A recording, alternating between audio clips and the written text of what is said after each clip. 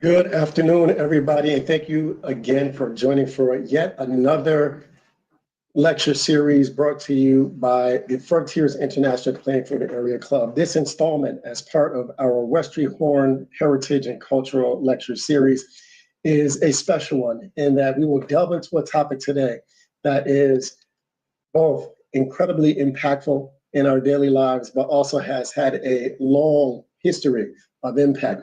And that is the impact of Black music on American culture. It is undeniable that that impact is felt both yesterday, today, and will continue into the future.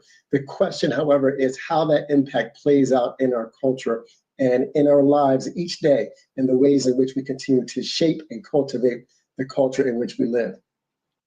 I am Safir Jenkins, both your host and president of Frontiers International Plainfield Area Club, and it gives me great pleasure and joy to introduce you all to some incredible guests and panelists, excuse me, for today, who will be joining me live on the broadcast so that we can delve into this topic and further today's discussion. First and foremost, I want to introduce you all to our panel moderator, which is none other than Adrian Council Sr. He is both editor and publisher of the Positive Community magazine, a long-standing production that both impacts and empowers our community by highlighting the positive impact from the initiatives that we see each day, but often go unnoticed or at least undervalued by those around us. So my hats go off to you, Brother Adrian, and I appreciate your time and joining us on today. It's good to be here, President Jenkins, and thank you very much for making time for such an important conversation. It will always be an important conversation, so I'm glad Absolutely. to be here and I'm proud to represent. Awesome. Thank you for joining. It is our pleasure to have you. Next up, we have none other than Ice himself. Ice is, in fact, from a group, a well-known group that I'm sure you all are familiar with. They go by and have gone by a couple names. In fact, Ray Goodman and Brown, also known as The Moments. They are record-breaking in their music and in all of the artistry that they have deployed throughout the years. They've had record-breaking audiences throughout the entirety of the world as we know it. You may recall some of the songs. One that resonates with me even still today is I Found Love on a Two-Way Street. And so that said, we have with us today none other than Ice himself, the man, the myth, the legend. Ice, if you would, please join us and shout hello to the folks who are on the broadcast live today. Hey, man, thanks. Thanks for having me. It's good to be here and talk about the music because it's very important. It does structure our culture and today's youth. So we really need to get to the bottom of it because I think we can kind of curtail some of this if we all put our heads together and find a formula to fix it. It's always a pleasure. You know how we roll, man. Absolutely. Absolutely. Well, ladies and gentlemen, Ice, as he is so lovingly called, is also Larry Winfrey, and he is a member of Ray Goodman and Brown, also known as The Moments. He will be a panelist with us today. Also with us today is Manita Kai.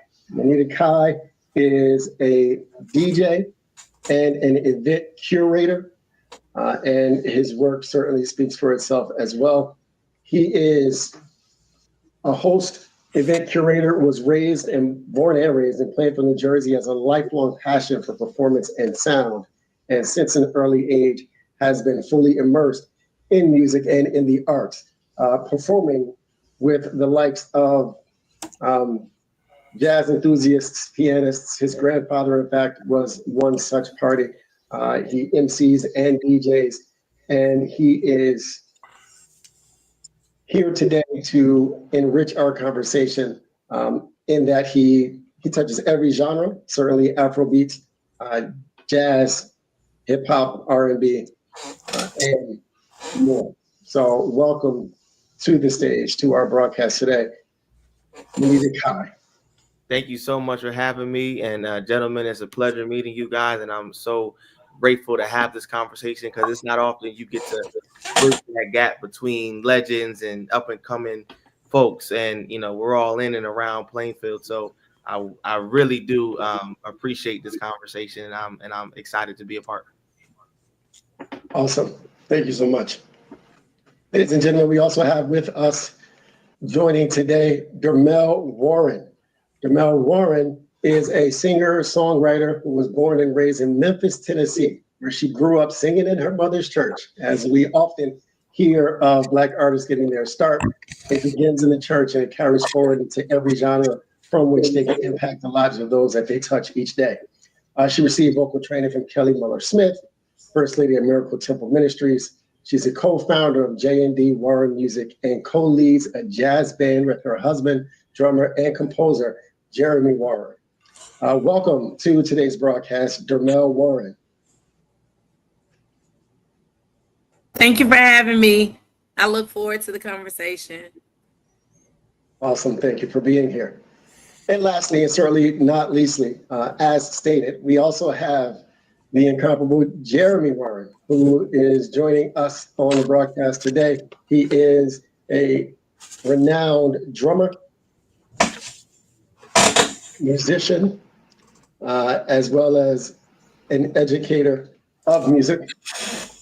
He played at his grandfather's and now currently his father's church in Little Rock and North Little Rock, Arkansas. Graduated in 2003, got a full jazz scholarship at the University of Memphis in Memphis, Tennessee, where he received dual bachelor's degrees in jazz studies and music education.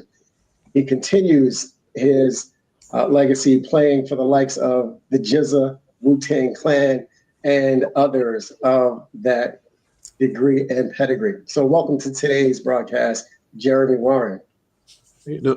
Thanks for having me. I'm excited to be here. All right, ladies and gentlemen, it gives me great privilege to turn this segment of our broadcast over into the very capable hands of today's moderator.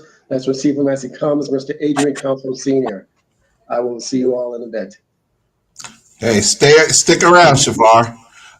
Just want to say to you that we've been publishing the Positive Community magazine. My business partner, Gene Nash Wells, and I have been publishing this magazine now.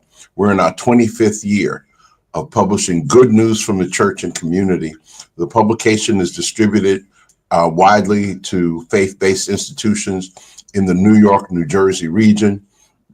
About the time of the pandemic, we introduced a new media component, and that is a musical component. It is called Positive Community Radio. And we have a slogan with Positive Community Radio that positive music matters. And when you say that, you are in fact speaking the truth, because positive music does matter. And so my background, I also spent it's almost 20 years working at radio stations WBLS and WLIB. Both myself and my business partner have a background in media advertising sales. But certainly we've been influenced by a lot of music, and we take music and our contribution to the American popular culture very, very seriously. I've also, I've had the experience of starting a record label back in the early days of hip hop. It was called Horror City Records, because I grew up in Amityville, Long Island, Horror City.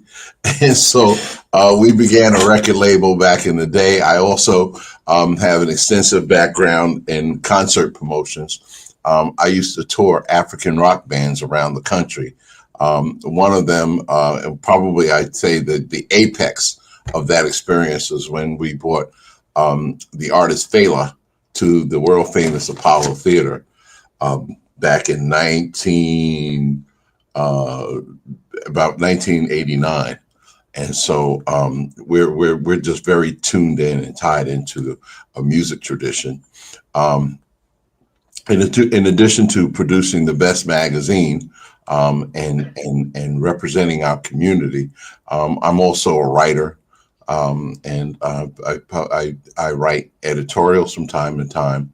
And I think that the best way to begin such a conversation would be to introduce you to my most recent editorial. And here we're talking about an ongoing series that I write called Saving Our Own Community.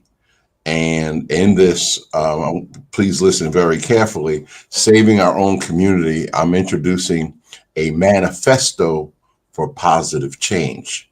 So I'll begin the discussion today by reading an excerpt from this editorial, and then we can take it from there, because I believe that among the biggest issues facing our communities today happen to be, and Ice, you know what I'm talking about, spiritual and cultural.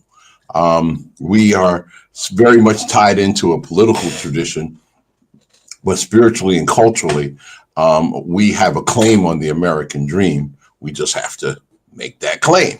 So I'll begin by saying, from the editorial, about 20 years ago, I watched an interesting discussion on C-SPAN.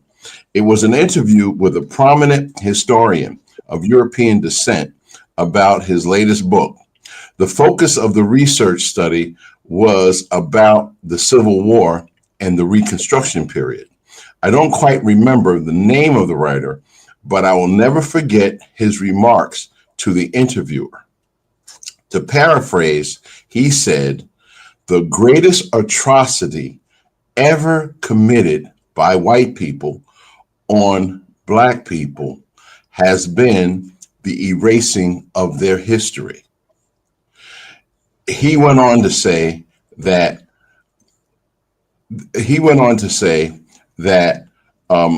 what good is a man or a woman without a history, or a people without a soul? And here we are today. African American history is being removed, erased from school curriculum, libraries, museums, and government archives across the nation. Sadly, our people's mighty contributions to American greatness is being ignored or obscured, even within our own communities. For the most part, we've all but lost control of our narrative. With dire consequences, we are allowing others to dictate what's best for us. The popular slogan, "Make America Great Again," has a very different meaning to the Negro tribe. For us, America was not great in the evil days of slavery. It was not great in the times of Jim Crow segregation and lynching. Our ancestors had to endure all manner of injustice, discrimination, and mistreatment in this land. It's the again part that we have a problem with. For the sake of our children and our children's children and all future generations, the collective response must be a resounding never again. Never again, because we too have a history and a future as vested contributors to America's greatness. Never again, as we resolve to teach our own American story to our children and on our own terms. Now more than ever, we must individually and collectively be about the business of our future, positive change. Indeed, the progress of our children and the integrity of our African American culture, ideals, and traditions mean everything. No man can deny or rob another of his own soul. No country can ever deny a free people of its own culture, its collective soul. It is either surrendered or compromised through ignorance, fear, or for sale. Therefore, under the banner of American freedom, and positive change, we declare that our most sacred responsibility, and it is our most sacred responsibility and patriotic duty to preserve, protect, and promote our very best, America's best. Ultimately, the only way we can be denied that which is already ours is to deny it for ourselves. Positive change is a community building ideal for all. It's about the progress of our children and the integrity of our culture. A movement for positive change addresses matters of cultural literacy, music appreciation, and the economics of culture. Positive change establishes the pillars of community progress: self-acceptance, self-reliance, and self-respect, an ever-expanding spiritual and cultural ideal. Know for yourselves and teach the African American cultural narrative to a child. Check out our 24/7 music. Excuse me, I'm sorry about that. Check out our music programming on Positive Community Radio. And what I'll do is I'll kind of leave it there. I have a couple of more paragraphs to go, but I'll leave it there and we can begin a conversation about what do you think about our contribution to American popular culture and world popular culture, and what about the future, and how do we define these things? So I will begin with Miss Warren, if you might have something to say about that. Well, music started with us. Music was the best way that we knew how to express ourselves in the midst of our oppression. So especially the jazz music and other music that derived from jazz music. And for the most part, we as Black people are not the majority consumers of our own music, especially jazz music. So that's one of the things that, even though like my husband and I both, we actually perform in multiple genres of music, but it was his mission to keep jazz alive, and then I was brought into that mission, and now it's equally as important to me because I wasn't exposed to it either until he exposed me to it. And I am not the only person who has that story. You know, growing up in Memphis, jazz was not a big genre of music that we were exposed to, especially, and it's also demographic too, because in Memphis, we were a big gospel and blues hub. So jazz was just not in the mix. So there are a lot of people coming together, like one of our friends, Steve Lee, and another friend of ours named Dennis Adams. They came up with Strictly Jazz Entertainment companies, and then the other gentleman, Steve Lee, came up with the Memphis Jazz Workshop to try to keep jazz and that art form alive with our younger generations. So I make sure that I expose our children to it so that they're more cultural than most students. But there are a lot of people, including kids, that are not exposed to that music at all. And to me, that's a shame because that's our music. Mm-hmm. Kai, what would you say, Monita Kai? Am I saying that right? Yes, sir, Monita Kai. Thank you so much. Great answer, Dermel. I think, because the question was, how do we define our contributions to the music scene, to the world music scene, to the American music scene? So, like you just said, that was our form of expression when we got here, right? So, looking at that to now, to see how we produce music that tackles all areas of the world, from Africa to the Caribbean, and how it all connects. Like right now, for example, Afro beats is probably the fastest rising genre right now. And, you know, TikTok and all the social media stuff is taking over, and people are seeing more of what Black people have to offer. Because, you know, growing up, there was a couple of African families around, and we made fun of them because of their culture, but not knowing that we come from that culture. So I think the American culture, it lacks real, like, how can I say, like, belonging. You know, it's like you got the church. Yeah, you got the church. Not everybody goes to church.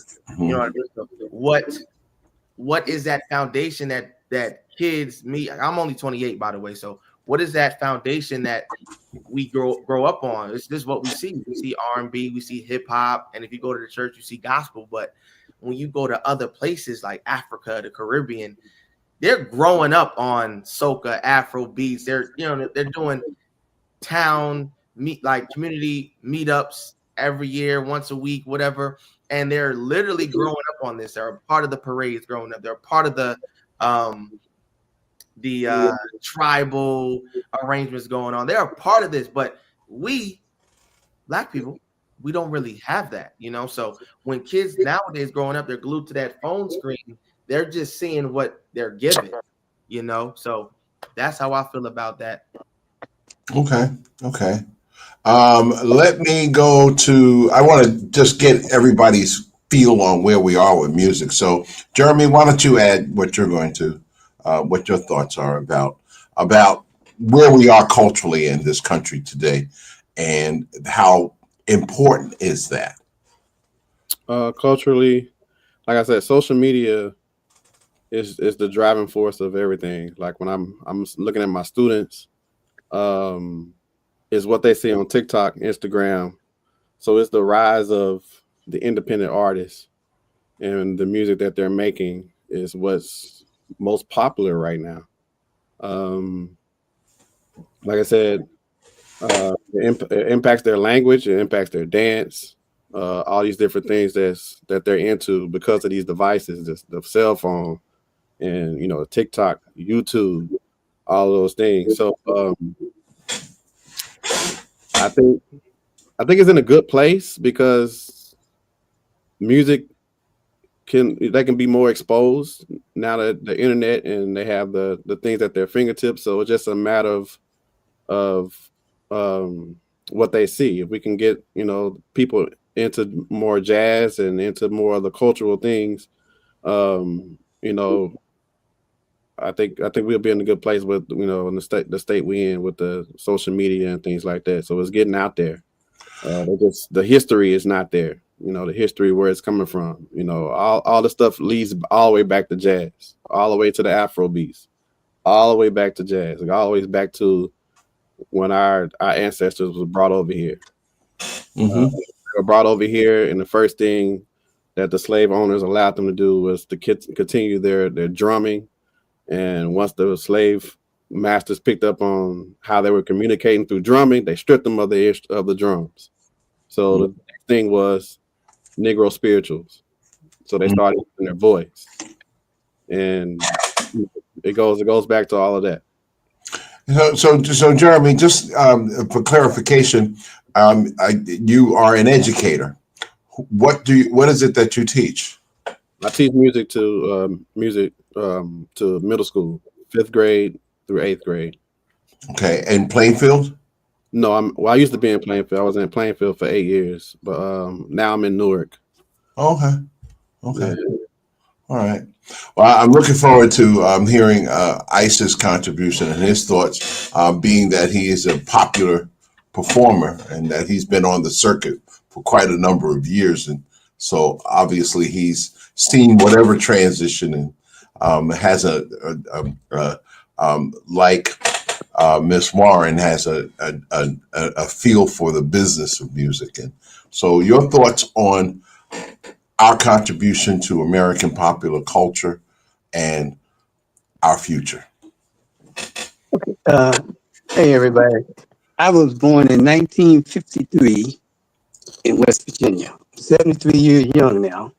And I can tell you musically, like the young lady was saying, it's demographics, because when I came through in the 60s, the 50s, all the artists were well-dressed, well-spoken. They had a stage presence that was classy. The music was all about love, peace. It was emotional because it was therapeutic, you know what I mean? From the kind of environment you in. And I came up in a segregated schools. So here's the thing that I feel that I have the upper hand on society today is because I came through at a time when teachers were all black. So we didn't have Black History Month. We had Black History every day. You see what I'm saying? So we had that, and then we learned about ourselves. And so it wasn't about the teachers being more adamant. They were driven for you to be more productive and educated. And I want to ask the panel a question. And why is it that a time when segregation was so dominant and you weren't allowed to go into the library, we had color fountains, get in the back of the bus, we had some of the most prominent black leaders in history because they were taught. And it was our music, for instance, like R&B, rhythm and blues, dance, the emotion of it. Then you had jazz, which was big back when you had the big bands, Count Basie, Duke Ellington, all those guys. They was playing a different kind of music. It was about jazz, and we heard it in our home, so we kind of grew up with it. And if you don't grow up with that kind of music and that kind of knowledge of what that is around you, what ends up happening, you lose it because today's music, all of us in the Blue Magic, Delphonic, Stylistic, Temptation, old days, I'm going on, Shy Lights. The music was about love and everybody, being able to romance a lady. Then you started hearing when the rap came in. I can tell you when back in the day, like in the early 70s, Sugar Hill Games, Rapper Delight. Then you had Wild Wild West, Kumo D, FD and the Boys. The rap was used for dancing. Then it started with the gangster. And let me tell you this, believe it or not, music is therapeutic. When you started hearing women just getting disrespected, guys disrespecting each other, and you get that kind of environment in a place where you might be uninfluenced or something, messing with that do it fluid or whatever you're doing, it's going to change your whole psyche. Because we always wanted to be cool. We had processes. We go to the dance. The guys, the music was just cool. Now you got everybody mad about something. Little PP, little Popeye, somebody did something. Guns out here, guns out there. So for the kids today to be able to go out to even support their culture is a dangerous environment. And this internet thing, I think the biggest mistake with that is that we have now put the world in the palm of our kids' hand, and they have access to stuff that when you were coming up in a household where it was really with a mother and a father or whatever in your home, they kind of watched and navigate you through what you could and couldn't do. Now you don't know if you're not keeping a real strict hand on what they're doing, and they're getting this stuff, man, and they're deciding what's cool. And it's not by accident; it's by design. Because, like the young lady said, she's from Memphis. I used to go down to Memphis, down to Stax, and these record labels geographically built states, really, because Stax Records had some of the biggest artists. I'd say David Porter, Otis Redding, and they was creating jobs in the neighborhood geographically. Motown, when they left and those record labels closed, that whole city went down because now what the money that was being generated from the artists and recording artists saying. But I think today, man, if we don't get back to basic songs, because to have a career in music, you have to write songs that's got longevity. You can't go on stage at 40 and 50 with your pants hanging off in a tail, because once you get past that basic age group where you are, 10, 20 years, 2 decades out, you're done. Because that type of music is going to be where you can't go on stage doing it. I can go out there in a wheelchair and sing. Because my music is love songs. Sitting down and singing beautiful songs. But in songs, and like you say, the message that you send, man, is the song they're going to sing tomorrow for our youth. And I think we really need to get a handle on this gangster rap. I don't have so much problem with that gangster and all this disrespect. Man, when you started seeing that kind of thing and accepting that as a way of being cool, then that's when it started, just generating into a negativity. Shavar, you have anything to add to that in your thinking? Sure, certainly. I think it's also important to note that oftentimes music is the vehicle by which we communicate our experiences. And so while it is that there may be implications that arise from even gangster rap as an example, oftentimes it is a reflection of the experiences that the individuals have that they are thereby sharing through their music. So while the music itself might be problematic, equally as problematic would be the lifestyle that they have had to endure through some of the atrocities they've had to face. In terms of the question at hand, I would have to say that from the very beginning, even in the most difficult circumstances, Black music has served as a means of expression and communication. From spirituals and work songs where they were used by enslaved people to convey messages and protest their conditions. Over time, the foundation that it established gave rise to a whole diverse range of genres, all originating from this quote, Black music, from blues, jazz, and gospel, R&B, soul, rock and roll, hip hop. And these genres have not only defined the American soundscape, but they've also served as a voice to our community. And they really help to advance positive change. If you really think about the most instrumental and impacting forces of the music that we've produced, from resistance and protest, where music has consistently been a tool for resistance, cultural identity and pride, where artists have used their music to express and celebrate Black identity and culture. Like James Brown, I'm Black and I'm proud. It's a prime example. And then there's telling the narrative, where music is used to tell the stories of the struggles, triumphs of everyday life in the Black community. When you think back years and years ago, the number of times that artists have had to face immense pressure to try and tailor their music to be appealing to Black audiences, white audiences, and be, easily digestible to audiences nationwide. It was the boldness of artists who refused that allowed us to thereby continue telling our story, regardless of the dynamic or the demographic of the audience. And so we were able to bridge the divides that existed. The influence of Black music is completely undeniable. It transcends racial and cultural boundaries, and it brings people from different backgrounds together to foster a sense of community and shared musical experiences. And that, for me, is really the pillar and the undergirding message of Black music throughout all of time as we know it today.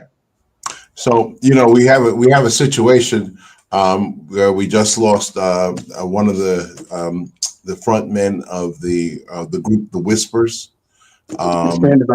Last week we lost Sly Stone, and last week we lost Quincy Jones, and we're seeing a generation of musicians pass on, and we just wonder, do those values persist, and how do we communicate that to our younger generation? I remember when I first started my record label, at the time that was hip hop was just emerging, but there was such a thing as there was media around it.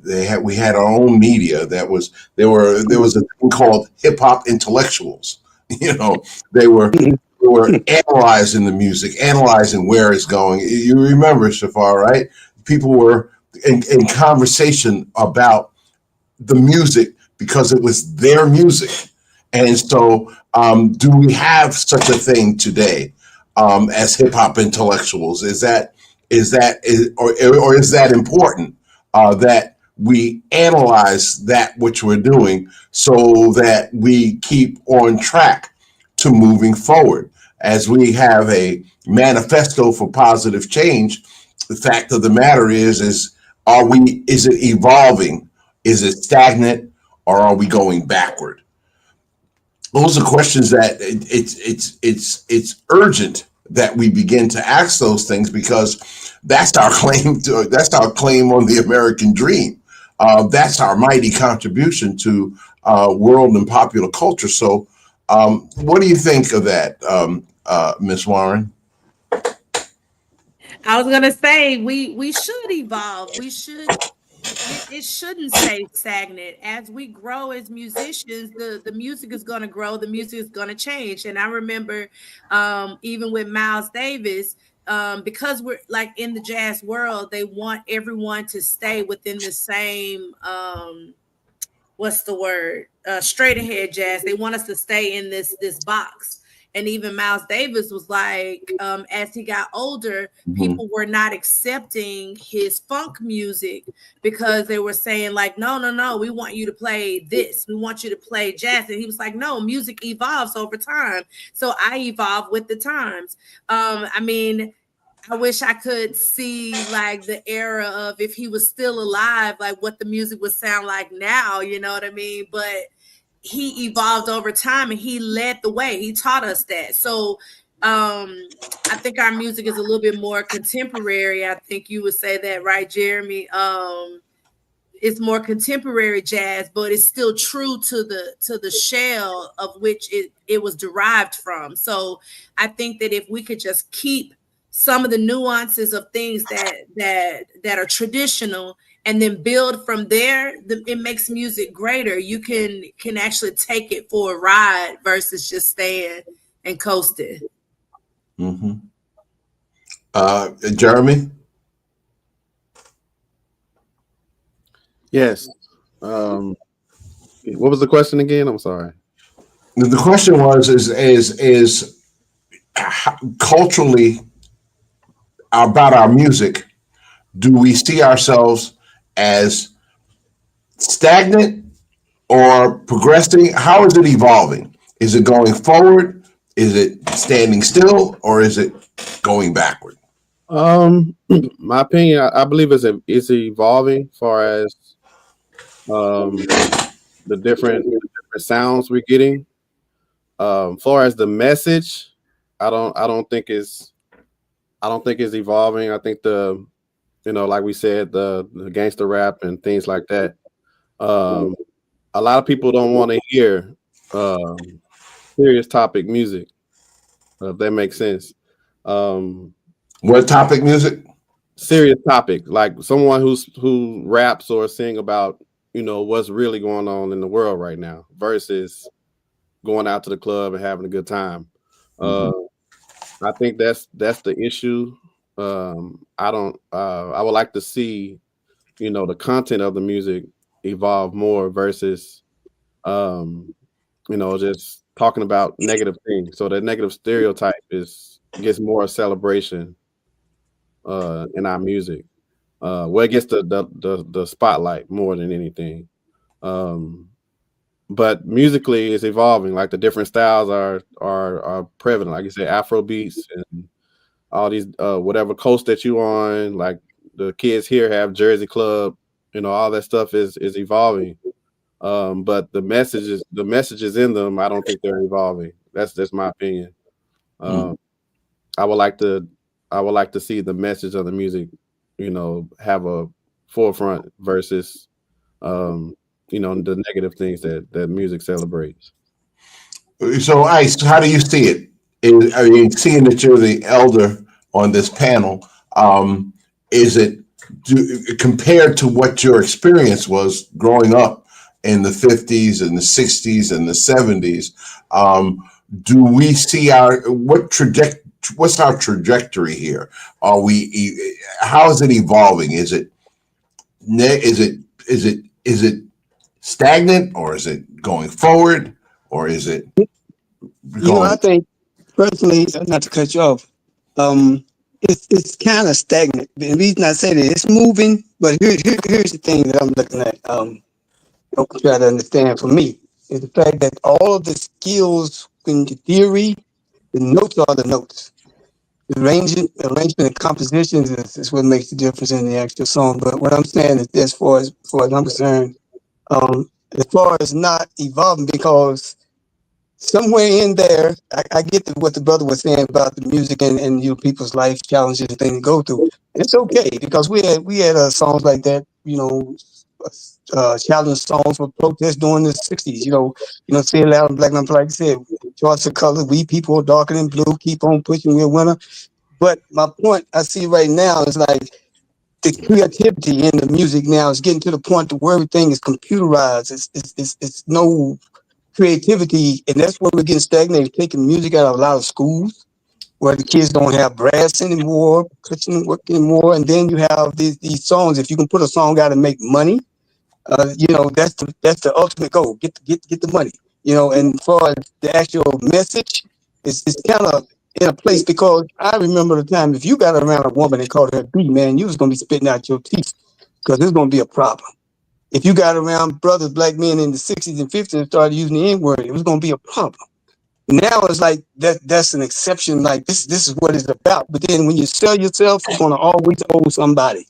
So my point is, I think what needs to happen is we need to try to get the music, not so much the style and get caught up in that trend of what we did in the 50s and the 60s and the 70s, but to try to get that piece in the music to where people can create and move it another place. Because you got to remember, in the 50s, some of these kids that's doing rap now wasn't even here. So all of that music we did is new to them. Just like I used to listen to the Platters, the Ink Spots, the Bill Brothers, that's going back in the 40s. Horne, Ella Fitzgerald, Pearl Bailey. But the music kept moving, and it moved in a positive direction. Where we are now, we are the places, are we going to compromise the integrity of the music for the money? Like the lady, what I like that she's saying, and you were saying too, also, is that somewhere in there, you have to mix the old with the new. You can't stay in the same place. I mean, you get run over if you're on the right track if you stand still. I get that. But somebody have to understand that the higher a monkey climb, the more his behind it gonna show. If that's what you're gonna do with your career is to make money so you can be out of control, you're gonna have a problem here, man. And it's generational because I got a great grandkid, and I'm looking at the music, and when I hear it, the distortion is not in the music. The distortion is in the message, the words. Because most of the rap tracks are samples from. And here's another thing: you look at the 70s bands. You had 10, 11 guys on stage, horns, rhythm section, percussion section. Bands was carrying the load. Then wasn't so much vocal groups. But now the rappers took that music that they never heard before, sampled it. Bruno Mars, all he did was went back and got Jackie Wilson, James Brown, Little Richard, everybody, Michael Jackson, and came back with it. And it was accepted because it was new to the kids that just hearing it. They wasn't born when those artists was out there. So I think we move, but I think we kind of stagnant right now because rap is dominating the charts, man. These guys are getting on these computers, and overnight they got a hit record, and that seemed to be, the mentality.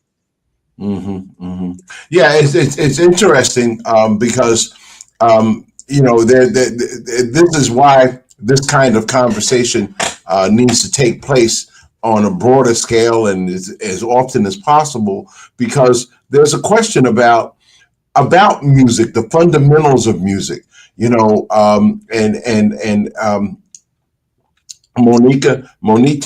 I want to share with you, and this is for everybody, what are the components of a song? What is the role is there a role for harmony and melody as well as the beat? Or what happens, I once heard a Catholic priest on a talk show one day years ago, and he said that when you take melody and harmony out of the song and you're left with a beat, he said that soldiers march to wars on beats. Mm-hmm. So where does that leave us if we're not cultivating melodies and harmonies in songs, or does it make a difference? When you look at melodies and harmony, those are spiritual. They also impinge upon spiritual things. Yes. I don't want to take up all the time, but for me, sing like songs, the melodies of the harmonies are the hook. It's what the title of the song. That's the part you want to drive home. The actual verses tell the story. And yes, the melodies, because, perfect example. I don't know you guys that young, but back in the 70s, every group, from Blue Magic to the Chalets to the Moments, Ray Governor Brown, OJs, if their intro of their music by their melodies, you could tell who the group was before they even started singing. Now, most of the guys, they're cloned. If you don't really know who they are, you don't know who they are because they don't have any distinction in their vocals like they did back then. Now it's like, who's that guy? He sound like him. He sound like him. Who's that guy? And this is why I say historically, if you look at the songs and the stories that they tell, harmonies, melodies are very important because I don't know if y'all remember, but you remember George Benson Breezing?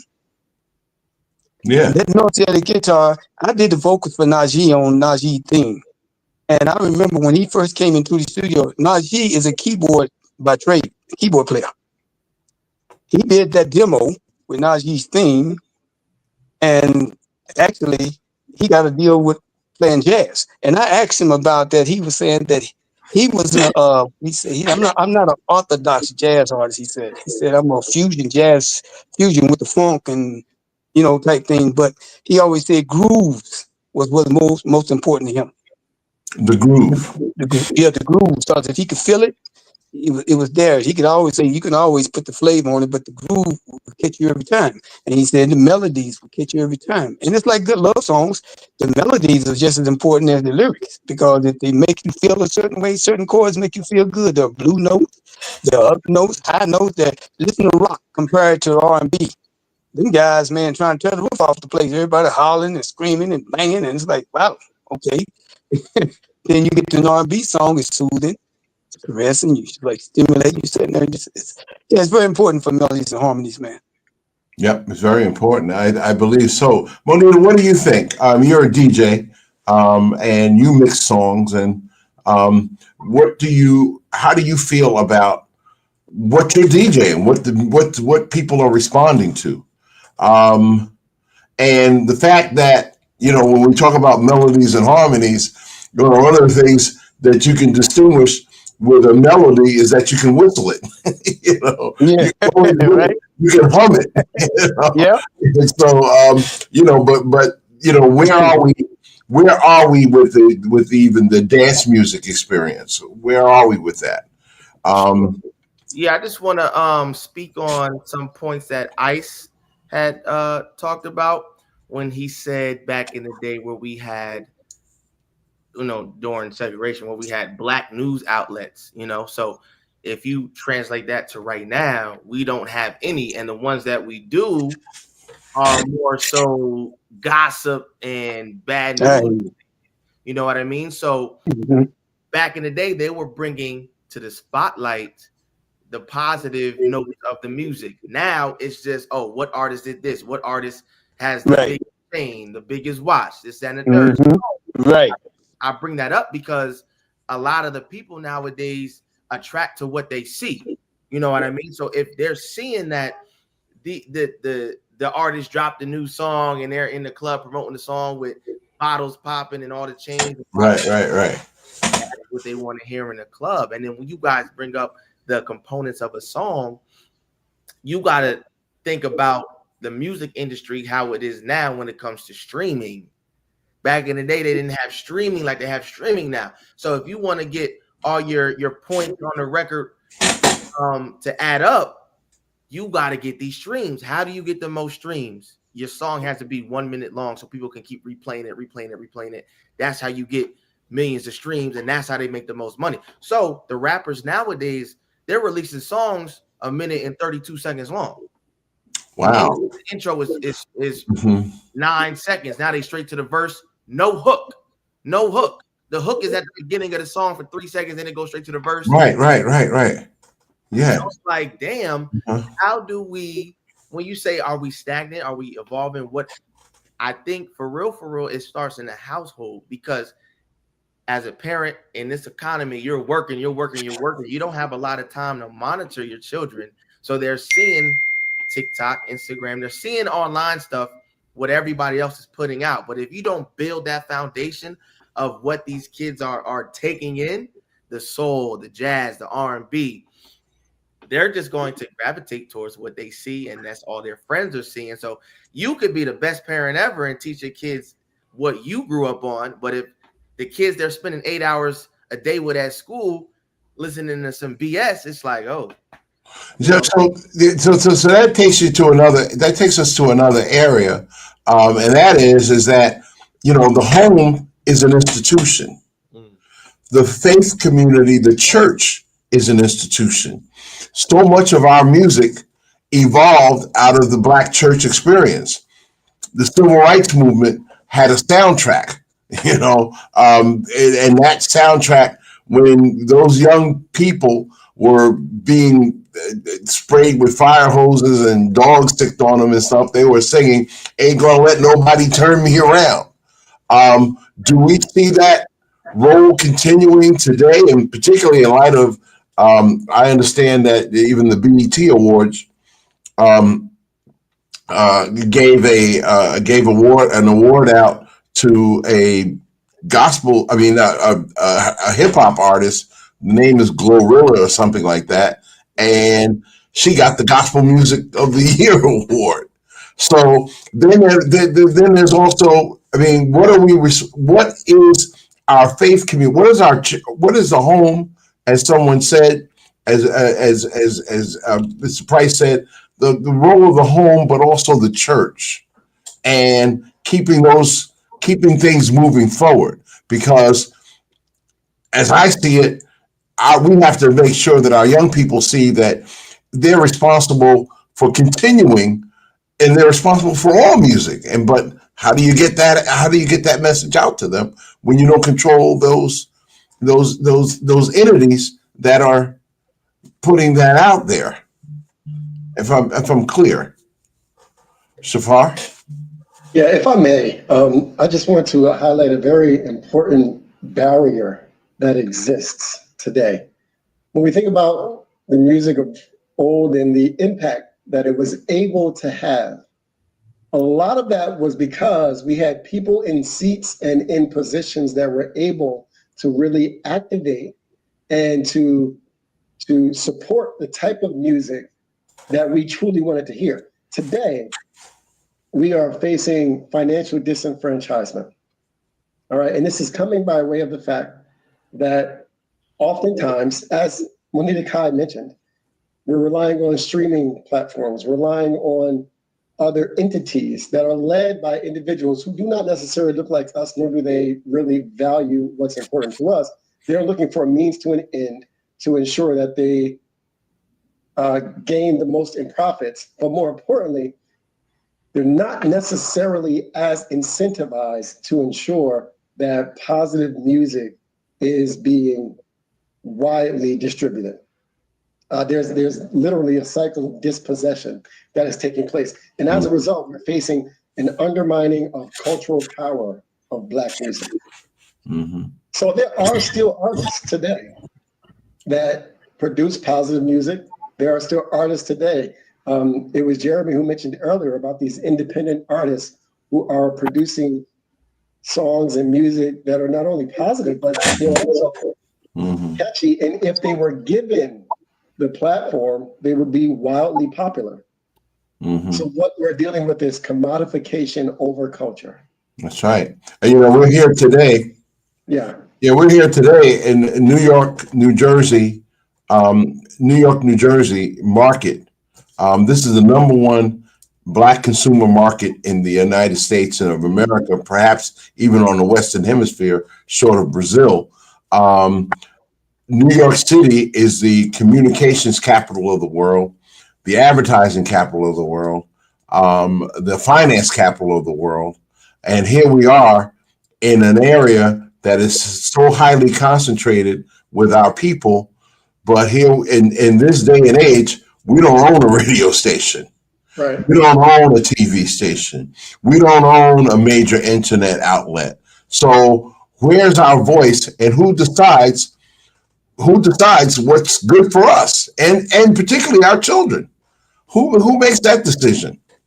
Well, I would say that being in the classroom with middle school students, I know that they're like Trump is taking the history away, and they're driving it away real fast.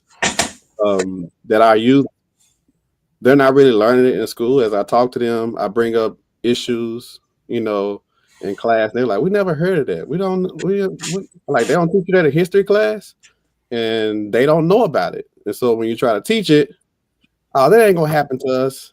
So I'm teaching the history of music and how we got to where we are. We don't want to hear that. We want to hear about making money and Bob.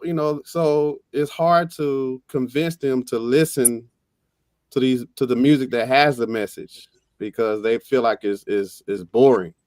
So it's very frustrating to hear that. I'm trying to teach these young minds about the music and like they love Sexy Red, what she's talking about. Like how is that possible? Like your parents let you listen to that? Yeah, my parents we listen to all of that. Oh, yeah. So yeah, we hear that. So when I play an artist like what's the young lady name? Rhapsody. I play them rap. Oh, she boring. I'm like, what? The Kendrick Lamar. I let them listen to Kendrick Lamar. I gotta think too hard to listen to that. I just want to dance and party. So it's back in the day, it was black radio. The artists they couldn't play the black artists couldn't make it to the mainstream white radio until I can't remember his name. He was the first black artist to make it to the mainstream, and they we don't have radio stations anymore. So they say that. So they say that Nat King Cole actually produced or is responsible for Capitol Records. His music built Capitol Records. So yeah, there's and somehow or another, I believe that ideas of cultural literacy. People need to know. You got to know your history in order to know where you're going. And so it's not about what's coming next, but it's also a foundation. And how do we communicate that? And again, what is the role of our faith community that since we've taken on such a heavy political tradition, what about maintaining certain things like teaching music appreciation, putting musical instruments in the churches where most of the artists, say in Motown, back in the day, when you ask them, well, where did you get your talent or who nurtured it? They would all say they're music teachers, or in every house there was a piano, that kind of stuff. And so here we are today, somehow or another, it seems as though ICE, cultural leadership is very, very important. And how do we turn the tide around? Because what do they say? If you don't learn from your history, you're going to be doomed to repeat it. You know what? Let me say something right quick. To I guess everything that everybody's been saying. It starts at home. It actually starts with the parents. And how they groom their children and how they raise their children. So to my husband's point of the students not knowing anything about it or not wanting to know, it stems from what they're being exposed to at home. And there are a lot of kids raising kids also. So there's a lot of systemic things going on there as well. But I was raised old school and I was a young mother as well because my oldest son is 24. And then I have an 18-year-old and then I have an 8-year-old. So they're all spread out. So I have kids in different dispensations. And one thing they do have in common is not just me. They have appreciation for music because I made sure that I exposed that to them. Because I remember my son, when he was in high school, he would play Earth, Wind, and Fire and stuff like that with his friends. And his friends was like, what is that? Turn it off. And I was like, you're playing that around your friends? I said, your friends are not going to be able to appreciate that if they don't know. And he was like, so that's my music. So they won't be exposed if I don't expose it to them. And I was like, good point. So then that's like a young mind, each one reach one, right? So he's sharing whatever he hear at home with his friends. And then they can say, oh, I heard that before with Jalen, or whatever. And then you got my middle daughter. She likes more of the hip hop of today, like Glorilla and Sexy Red and all of that. But she still has the appreciation of jazz and everything else because I drugged them to all our gigs. They had no choice. they was around it whether they wanted to be or not. And then Right. we have the youngest one that I was pregnant with her, and I gigged up until the day that I dropped her. Like literally, I had a gig the day before she was born. So she eats, sleeps, and breathes it now. You know what I mean? She's 8 and it's like on fire for it. Like I want to sing everything. So I think that just me seeing those different transitions, and then we have another son that's a drummer, but he takes more to gospel than anything else. But the point is that what they're exposed to is what's going to come out of them later on, regardless of what they're doing right now. It's going to come out later. That's right. So do we think that that artists have any responsibility to seeing to their community moving forward? Back in the day, you had the Curtis Mayfields, you had the James Browns, and one of the important lines in the Curtis Mayfield song was "People must prove to the people a better day is coming," and that song, Colors. Where are we? So does the artist today? You see, these cats are making a lot of money, but nothing comes back, and they'll sing songs about killing each other off or committing as a crime, or the women are singing about their private parts and whatever, and they get paid, and that's it. So where is that sense of responsibility to moving us forward? Because you can't have positive change if everybody's thinking the worst of everything. Well, see, the thing too, Other communities, how do other communities tolerate that kind of stuff? I tell you, back in the 60s, like you said, man, in the 50s, there wasn't a lot of clubs for Black artists to play. So it was called the chitlin circuit. People would be in somebody's basement, or they had a juke joint like Color Purple, and every time we would do like those little basements and those little halls and stuff, that dollar was circulating in that town 50 years before it left, because there was somebody making chitlin dinners, somebody was selling pies, somebody in the neighborhood was selling this, somebody was doing hair. So we found a way to go outside of the system to survive. And that's what happened. What needs to happen today, these artists, you see them on websites all the time, wherever on TV, I'm worth 2.5 billion, I'm worth 100 million. But what are you doing to say, okay, we got to invest in ourselves? We don't, man, because I'm going to say this to you, man. In the land of the blind, a one-eyed man is king. We know what we're up against. The fight hasn't changed. It hasn't changed at all. But we're doing the same thing. Here's what's ironic for me. I remember them dogs in the water holes and the color fountains, the back of the bus and stuff. And we still, 50 years later, that was the 1950s. Here we are at that same bridge, and because we get caught up in the same fight. The fight is this, man. Here's the difference. When I was coming up back in the 50s, you weren't allowed to be on the white side of town. You couldn't do this. You couldn't do that. Black guys couldn't have interracial relationships. Now we done got into this mode where the United Snakes of America, AMERIKKK, done lulled us sleep to thinking that we are successful now, because we don't have to sit in the back of the bus. They wasn't there doing the fight.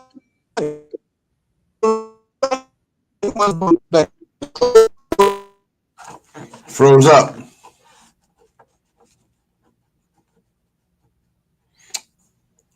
Okay, does everybody hear us? Yeah, we have everyone. It's going out. I think that's on his end. There's no sense in going into a restaurant if you can't afford the meat. He's back.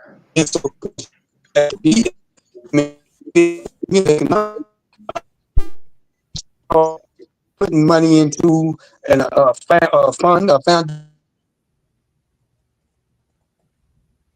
We're having technical issues on ICE's side, so I think we should move to the next question and we'll come back. Okay.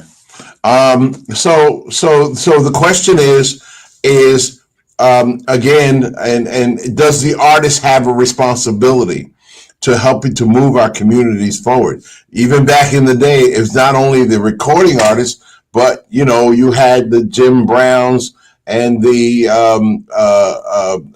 athletes, Muhammad Ali. These people all they all wanted to be a credit to their race. Are we functioning at that anymore? Are we a community, in fact? do we feel the same thing? Are we doing our best to move each other forward?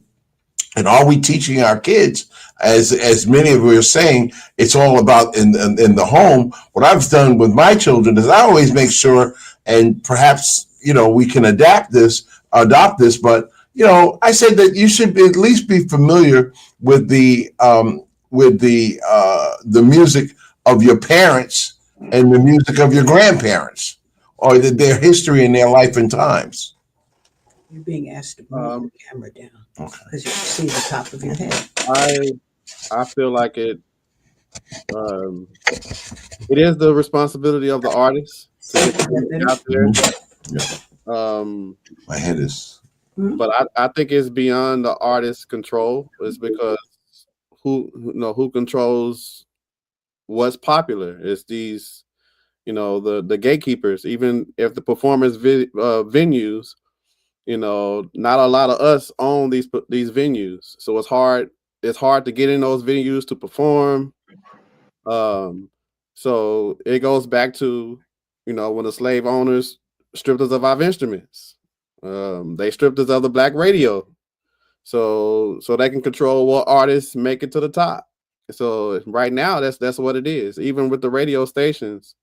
I was listening to DJ Envy on Breakfast Club. People were saying why he always playing these same songs. He's like, well, this is what I got to play. It's what they tell me I got to play. He was like, I can't change the script. He like, so this is what they tell me to play. I got to play it over and over and over again. And artists just can't, it's hard to get their music out there. So the stuff that's playing is playing over and over again, which is going to affect the young people, is going to affect everybody. What they listen to and what they want to dance to and listen to every day. So it's kind of hard, but I really don't know what the answer would be, for artists to get the good music out there. I guess you just got to keep doing it. Maybe it'll catch on, but for the most part, we can't control it. You know what? Let me either add to that or say this too. I want to at least piggyback on some of the things that I said before he went out. I used to be in the Chitlin circuit. I was one of the youngest in the Chitlin circuit, singing background for a lot of blues artists. And what they did do, like he said, was they created these lanes for themselves. They created an entire Chitlin circuit. It wasn't just in someone's basement or other places. They would get Black promoters to come out and host these shows in various different places. Some were in little backwood clubs down south, up through Chicago. Like the furthest we went on tour was probably Chicago, Detroit-ish. But then we stayed within that same circle or that same group of people where we knew the consumption of the music was. And they, like he said, they was doing fish plates and they was doing spaghetti and fish plate, like doing all kind of stuff, selling things. And we were there for the experience. Not even if that wasn't the music that you ordinarily listen to, Black people came out to those shows because of the culture, the music, and the environment. And I think that if we as newer artists could get the same concept of just creating that lane for ourselves, and get behind each other and support each other as independent artists, we could get back there. But to my husband's point, it can be difficult because we're so used to patronizing mainstream music that we won't even give the time or the money to independent artists that we know. We know people right around the corner, but we'll spend $300 to go see Beyonce or someone else, but we won't spend $10 to go see our homeboy that we know is talented down the street. So it's a mentality that we have to get out of and try our best to patronize each other so that we could create that whole concept of our own Chitlin circuit.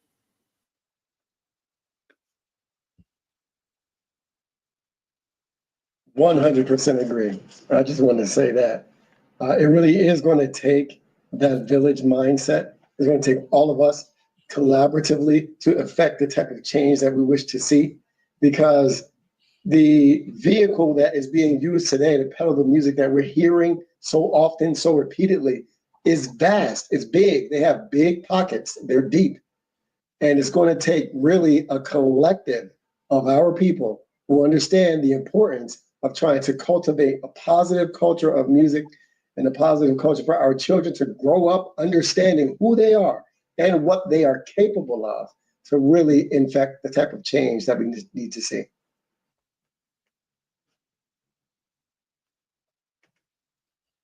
You're on mute, Adrian.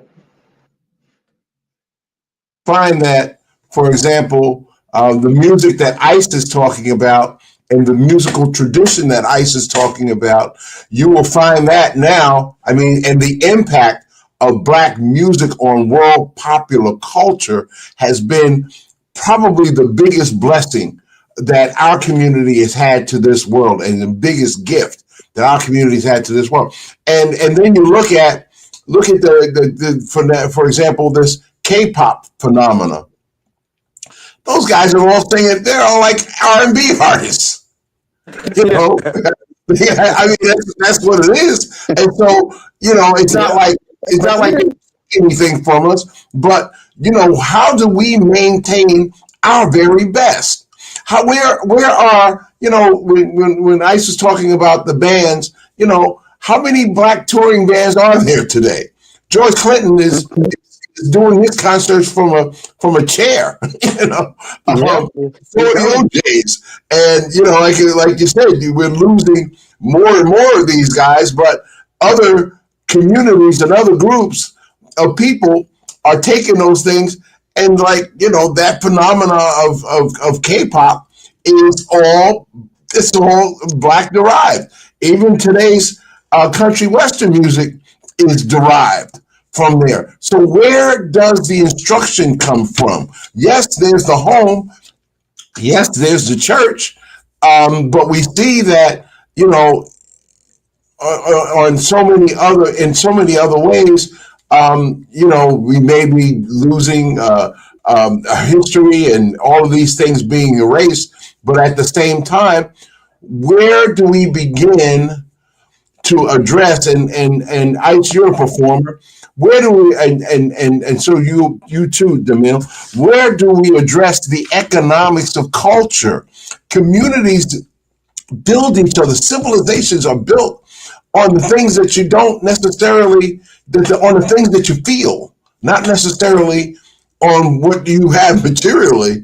You know, there's a spiritual, and there's a spiritual aspect that I think that we seem to, I don't want to say we're moving away from it, but, you know, there, somehow or another, we need to ground ourselves into who we are and whose we are. You know, our situation in this country is very unique. And because of all of that suffering, the good Lord has given the Black people in this country one of the greatest gifts on earth, music.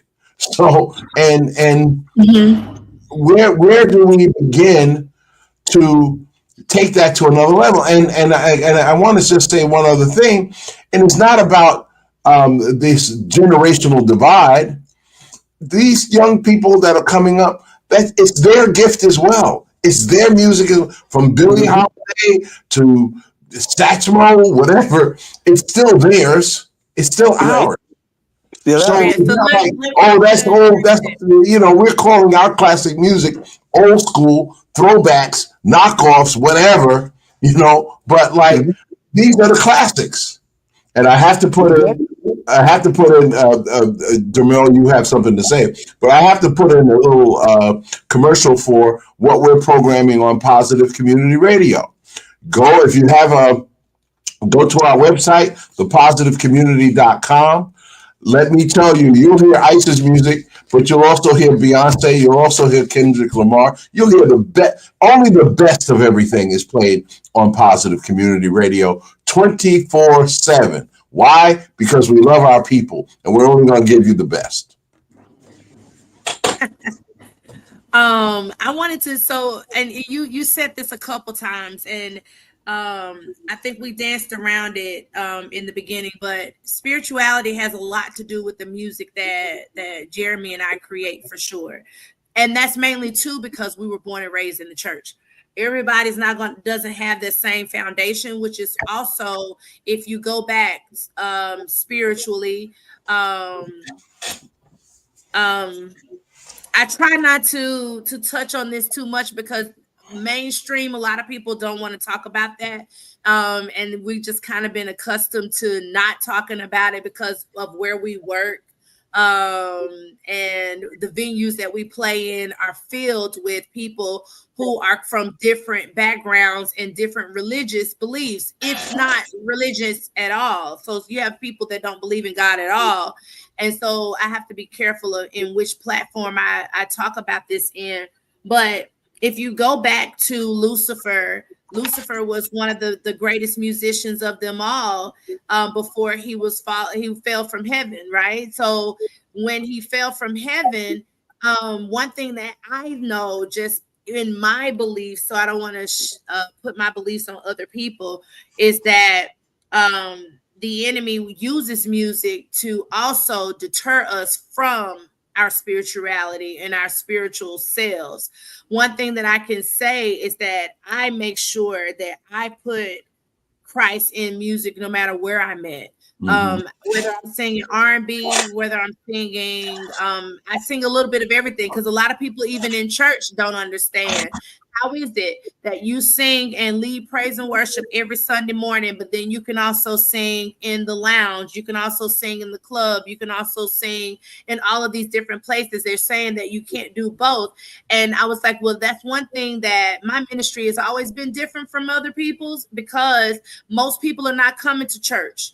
And mainly because there's a lot of stuff that's going on in the church that they don't see is godly, right? So they're not attracted to it and they're not going to come. So your ministry has to go beyond the four walls of the church. So I may sing a Shaka Khan song. I remember once I was in Red Rooster and we were doing it's like party music on Monday nights. And one guy made a request for Purple Rain. And that particular day, I was just not having the greatest day. And I needed to hear from God that day. And I remember closing my eyes and just tapping in on my own. And I don't know what happened, but I was singing Purple Rain, but I was talking about a totally different rain. The next thing I know, tears was flowing. And I opened my eyes and people's hands was in the air. And they put their drinks down and they were crying too. So it was something that I needed to feel. And I tapped into the Holy Spirit in that moment. And they went with me. That was something that was needed. That was something that only God could do. And that's where the spirituality came in at. And I make sure that I never take that away from any of my performances. Now, no, I'm not going in the club singing Jesus, Jesus, Jesus.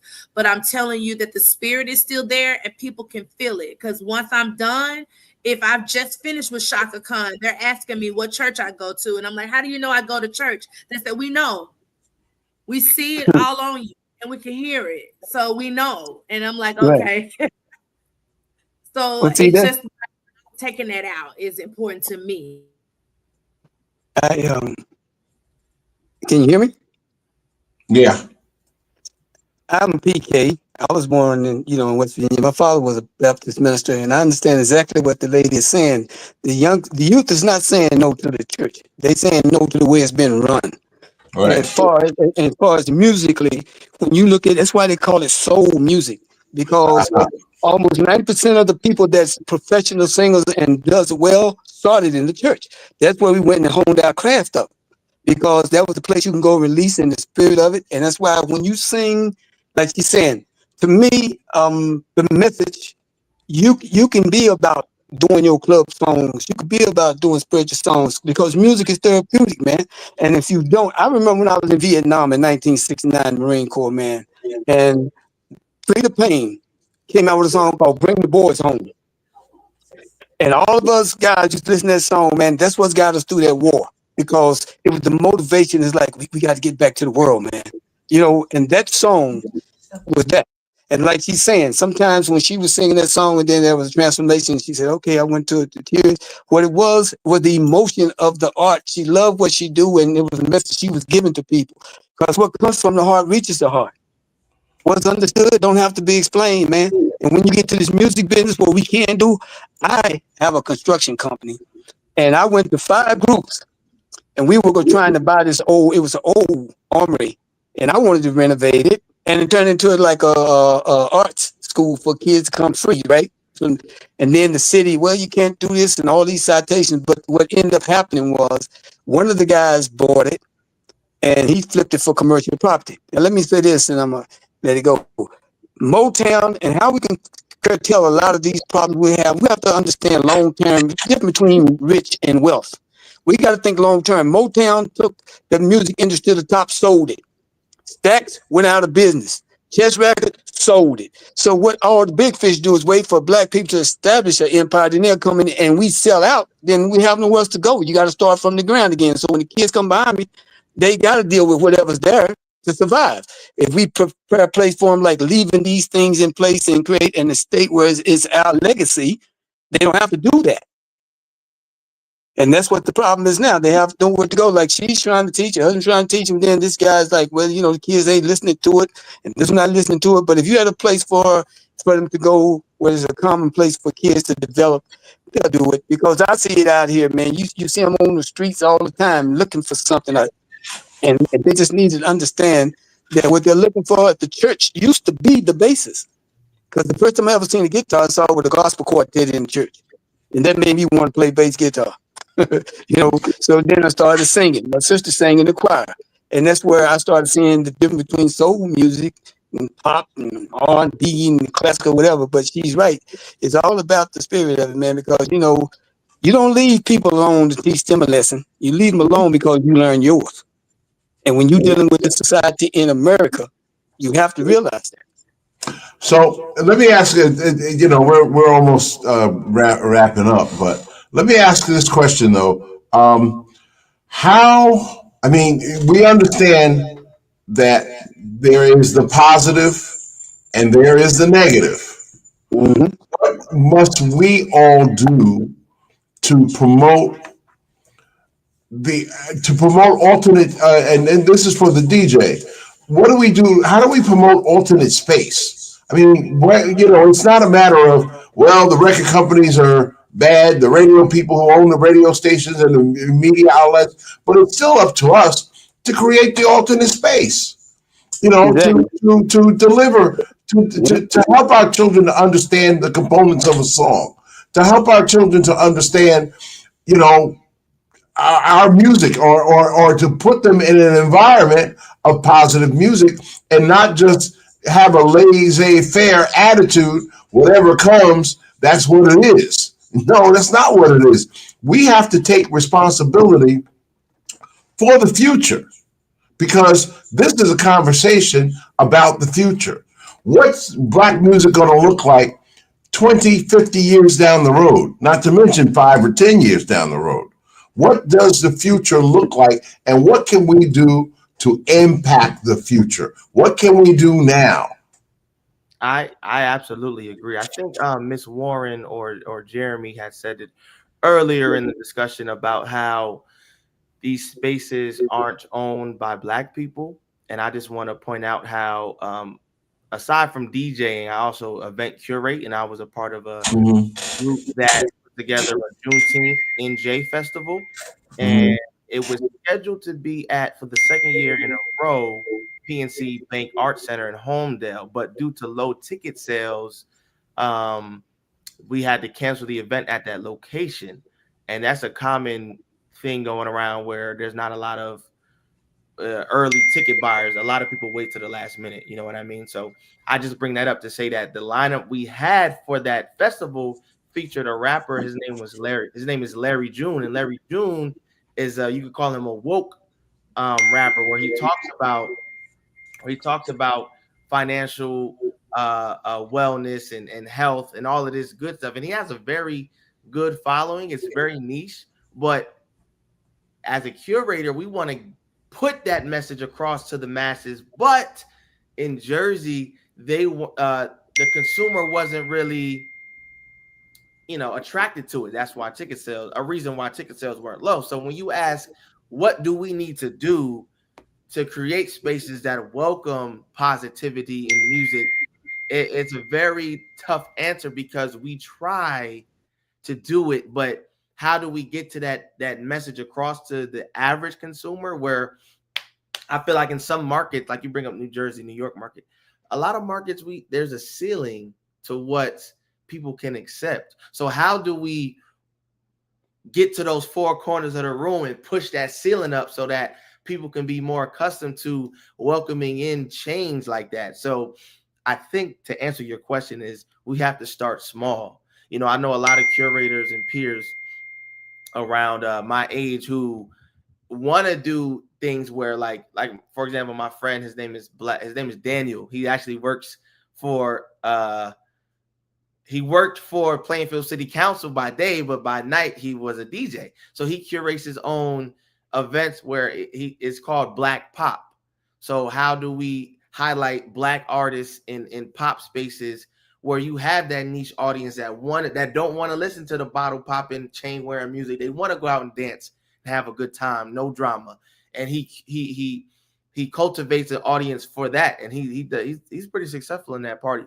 But the most people he ever had at that party was 150 people, as opposed to if I'm doing a hip hop party, I can get a club that holds 1,000 people and sell out sections like that. You know what I mean? So it's all about starting small and meeting people where they're at. So if you want to do a smaller event to, highlight the positive energy that comes from music, start small, tell a friend, a lot of word of mouth, and don't give up. When that event got canceled on us on June 21st, last Saturday, actually, the other team, it's three of us on the team. Two people said, man, I don't know what to do. I said, we got to pivot, figure out how we can move it to another location, meet the people where they're at, and give them something that's still of value, that's still positive. And I feel like everybody who came to that new location had more fun than they would have had at Homedale. So it's all about staying true to your purpose, finding your purpose, staying true to it,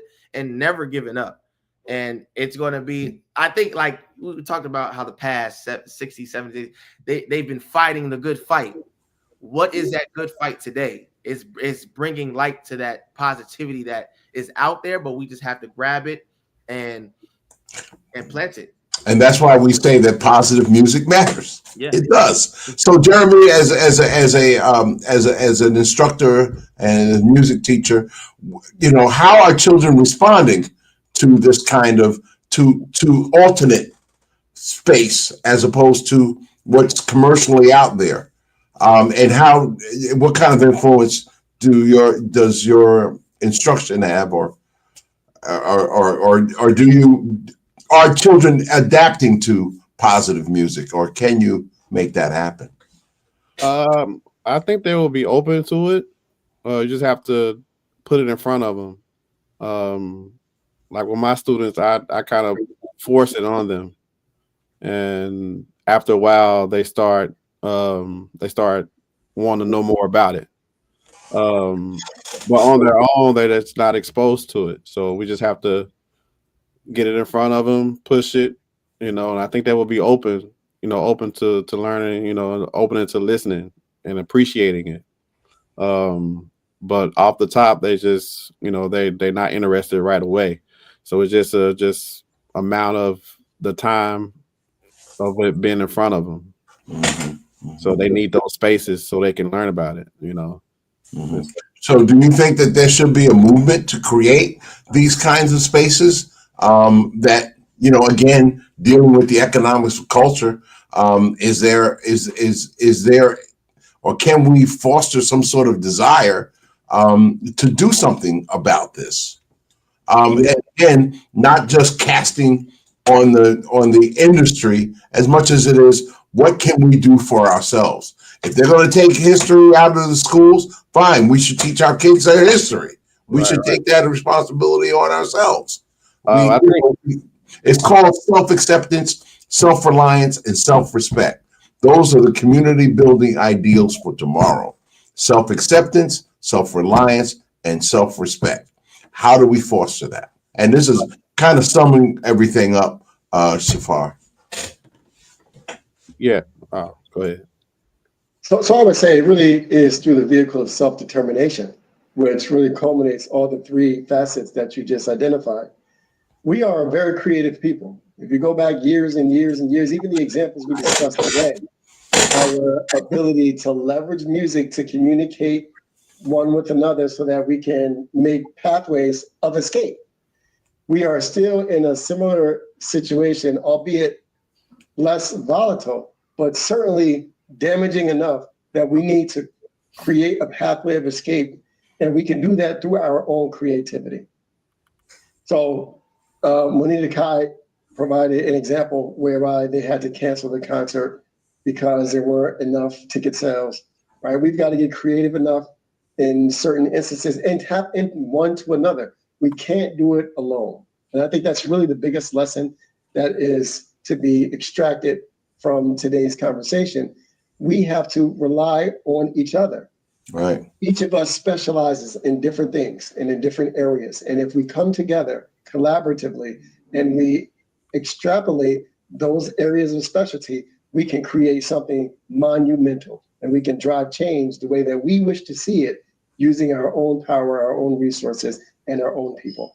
And, I think that we should all be aware that America's number one export has always been culture. And so, and our music has been what has generated enormous wealth. And so, but here we are today, where you have artists that'll have jet planes and all kinds of stuff, but does nothing for nobody. Ice, you know that. So, and again, we don't. This is not a conversation about what generation is better than the other generation. We're talking about how do we continue to build on what's already established. I mean, how do you teach your children, or how do you teach them about Quincy Jones, for example? Right. I mean, I was watching, just to say one thing, I was watching on Juneteenth, I came home late, and they on the Turner Classic Movies, they had the movie The Wiz on. And it was just like, man, every child from 6 years old needs to see The Wiz. I mean, the song "Can't You See a Brand New Day?" He's on down the road. Those kind of things are just they're powerful, and they're also teaching. They're teaching some sort of morality, ethics. Citizen skills, those kind of things.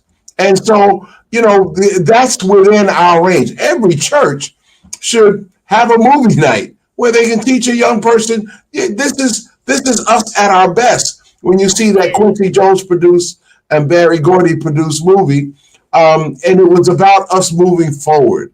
When I think of home, I think of a place where love is overflowing.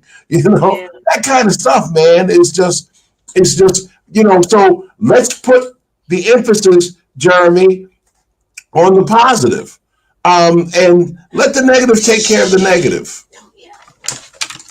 Right. Yeah, I agree. Oh, go ahead. You go ahead. I think that we should continue having conversations like this, and also doing our part whenever these type of conversations or whenever these type of events are going on. We support them, because if we could keep supporting and keep putting our face and our voice out there, then we can reach more people. And that was one thing that I wanted to say, even to piggyback on what Jeremy said. I volunteer whenever he's having concerts with his students at his school, because I believe in keeping the arts alive. And those particular students that he's right. They're not exposed to this type of not even performance. Some of them have they have enormous talents. Like, a lot of these kids can really sing, rap, dance. They have so many talents, and they have no platform to even utilize those talents. And it takes teachers like Jeremy to actually pull out those talents of those kids. And then for them to see, oh, I know that I have the talent. Now I can actually see what it feels like to share my talents with other people. So Jeremy giving them that platform to perform. and them to sing. So this is their first time singing and dancing and performing in front of an audience, and Jeremy curating these experiences for these kids so that when they grow older, they're going to say, I remember when I did X, Y, and Z, or this is where it started.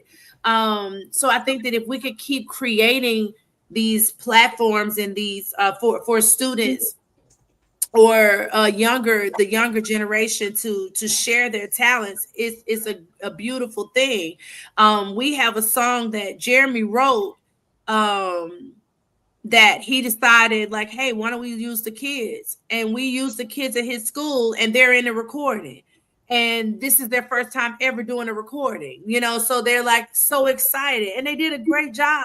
So giving them a platform, I think, is everything. And then they'll use that, and then they'll just keep it going. I have a question to ask, so and summing it up. So what if we were to, with this group, what if we were to produce talent kind of programs where young people can perform before their elder associates? And, of course there's hip hop, but then there's also the song. There's also the instrument, and let our older adults appreciate this young talent built on already an established tradition, on what's already been established. Why we have to create more George Clintons, more Quincy Jones, more Michael Jacksons, more Princes. We have to take responsibility for seeing that through. We can ill afford, as you would all agree, to let somebody else decide on what's best for us. Because if we do, then we're back into the again days. We're back into slavery. We're back into Jim Crow. We're back into lynching. So we have to, create that kind of alternate space. Monita, if you agree, that kind of alternate space where we can showcase the positive, and for those kids to be able to perform good music, for them to be able to perform good music, and we all agree and applaud them, that spurs on more incentive and inspires more. I definitely agree.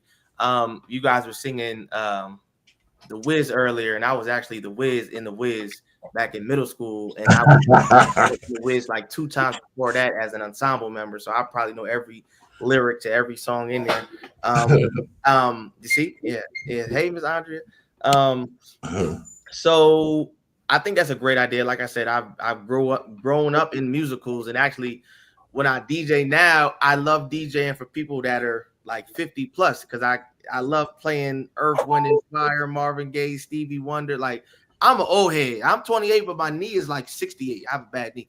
But I would love to do things that incorporate the youth more. And that's why I brought up earlier, like when you go out of the country, you see that, like, for example, in the Caribbean, I'm a addict to carnivals, like Caribbean carnivals now. Oh, yeah. I love it. So when I go, of course, they have the adult parade that we're in, but the day before the adult parade is the children parade. So there's kids 2 and 3 years old. Right. The Kitty Carnival. Carnival, they're involved in the soca world. Right. Hearing soca, bouillon. Oh man, yeah. I've been years old.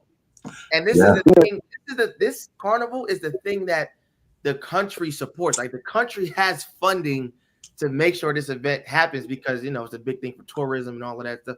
So it has to be something where, listen, it needs to be a line item in that community budget where, listen, we need to divulge these funds, right, to community organizations, just so these kids can have, like Jeremy said, the instruments, and like I said it too, like there are music programs, but their funding is being cut, and this, that, and the third. Like, we still need to have something for that. Even me, like Plainfield High School, they have a marching band, high stepping, like HBCU style, and they allow kids to join from 6th grade. So I was in the marching band for high school from 7th grade to 10th grade. So even then, we're playing Tina Marie, Shaka Khan, Earth, Wind and Fire. We're marching to this as what, 7th grade? I'm what, 11, 12 years old. So I'm getting exposed to all of this stuff from early, which is why I'm, such a good DJ now, because I can beat, match, and count. So all of that stuff from the foundation is so imperative to a positive upbringing within music. I think it's definitely. I have something. I have something to add to that, and you're absolutely correct. And I've been to carnivals throughout the Caribbean over the years, and it's just an awesome experience, and it gives you a source of pride. But why don't we give some consideration to the establishment of something that preserves, protects, and promotes our very best? Why don't we give some consideration to establishing an African American Culture Commission, where we greenlight what goes in and what goes out of us, where we get the people, those well endowed folks that have made their money off of and their talent's been nurtured off of the communities that we represent. Why don't we create something that preserves, protects, and promotes our very best? Because that's what we have to do if we're going to move forward. And it's ironic. I was to the brother that teaches students, tell them to watch Drumline. You see what happened? The young guy, he was having problems. His father sent him some old school beats. He went to their actual homecoming and incorporated that with Michael Jackson with the new stuff, and the kids went crazy. So if they like shying away from what you're trying to teach them, segue them. Let them do that little stuff, then take them to some kind of segue where you introduce them into that part of what you're trying to teach them in that new. Because when you dwell in the past, you kidnap your future. We know that. But we have to do that because when we leave the country and go to Japan, those people bring their babies to the show. They got them on, their little arms carrying them to the show. And that's all over the world, everywhere we go. Classic soul music is bigger out of this country than it is in America. That's right. It really is. So let me just say this. If anybody has like a very short statement, we want to wrap this up. And I just think this is a wonderful conversation that has no end. And again, just like what I said, everybody around the world has benefited from our Black music experience. The whole liberation of the world back in the 70s and the 60s came from music that was inspired by us.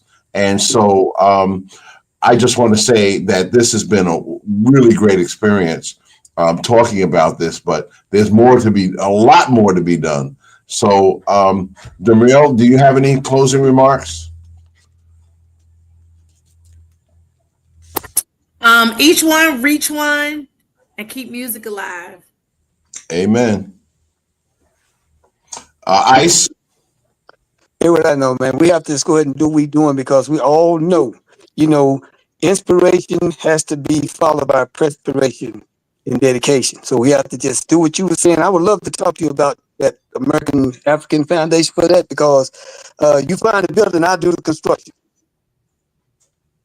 Mm-hmm. We renovated for the kids to come in and we can find somewhere for them to create an art center. I'm with it because you have to do something. We got to get out of neutral. And, right. Journey of 1,000 miles begin with a single step. So I'm loving it. And all the people on the panel, hey, keep your head to the sky. You're already there, man. Because a setback ain't nothing but a setup for a comeback for the brother that said the ticket sales didn't go well. That's all right. But the word is out there. That's the thing. That's right. Thank you. Shavar?